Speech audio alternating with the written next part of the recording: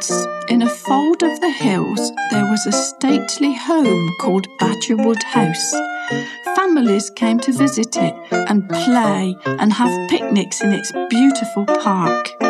Behind the house was a children's farmyard with lots of animals. One of the animals was a piglet.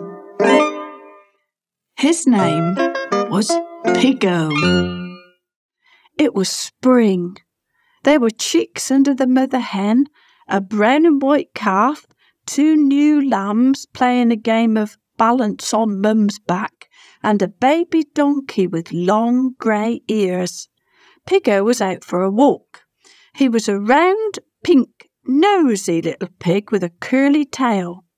Today he stood on the bridge, watching the black and yellow ducklings paddle furiously to keep up with their mother. Then, feeling very happy and full of beans, as people sometimes do in the spring, he raced back to the farmyard where he lived. As he skidded to a stop, he heard a terrible noise. "Oh," groaned somebody sadly. "Oh, dear me." Piggo was horrified. Who could be feeling so sad on such a lovely day? He looked around. The sad voice groaned on. It was coming from behind Piggo, from inside the stable where Edgar lived. He was the enormous Shire horse who pulled a farm wagon round the gardens and gave everyone rides. Piggo dashed inside. It was Edgar. But what could be wrong with him? He was standing in his stable with his great big head lowered down to his great big hairy hooves. "Oh, dear me," he said again. "I don't know, I'm sure." "Edgar," called Piggo, "whatever is wrong?" Edgar looked up, surprised. "Oh, little Piggo," he said. "Hello. It's Clarence and Judy who look after us. They've taken away my favourite thing." "Not your favourite thing?" Piggo whispered. "Not your nosebag." Edgar nodded, too heartbroken to speak. "They have given me," he said in the end, "they have given me a plastic bucket. I do not like that plastic bucket, Piggo. It smells horribly of plastic. It does not fit my face, Piggo. Now my nosebag is a different matter. It is soft leather and deep so that I can whiffle my oats about in the bottom.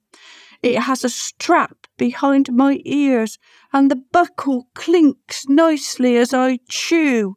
It's mine, it fits me, and I miss it." "Where have they taken it?"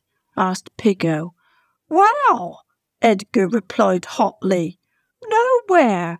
It's still hanging up on the peg where it always was. I don't understand it. Oh, my hairy hooves, what is to become of me?" Piggo was desperate to help poor Edgar. He could just see the nosebag hanging on a hook on the stable wall. "Shall I try to get it down for you, Edgar?" he asked. "Then at least you could see it and sniff it." "Oh," sighed Edgar, "for a sniff of my old nosebag, my favourite thing. Could you, Piggo? Could you really?" Piggo stared at the problem. He could reach the nosebag if he stood on the feed bin, and Piggo quite liked climbing. He nudged the horrid bucket until it turned upside down. Then he jumped onto it, put his front feet up onto the top of the feed bin, and with a tremendous spring brought his back feet up as well. His trotters slithered on the smooth, sloping metal. "Oh, Piggo," exclaimed Edgar, "you've done it! Oh, you are a brave piglet!" Piggo peered down into the gloomy depths of the nosebag. "Can I have it, Piggo?" asked Edgar, clopping excitedly about in the stable. "Can you get it across to me?" "No," said Piggo. "No, I can't." Edgar was dismayed. "Why not?" "Because it's full up." "Full up? Full up? What with?" "It's full up," said Piggo, "with robins." "Robins?" gasped Edgar. "Yes," Piggo nodded.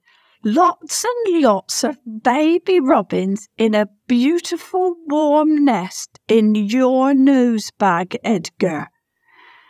The old horse's face cleared. "Oh, I say," he said proudly. "So that's why. The plastic bucket.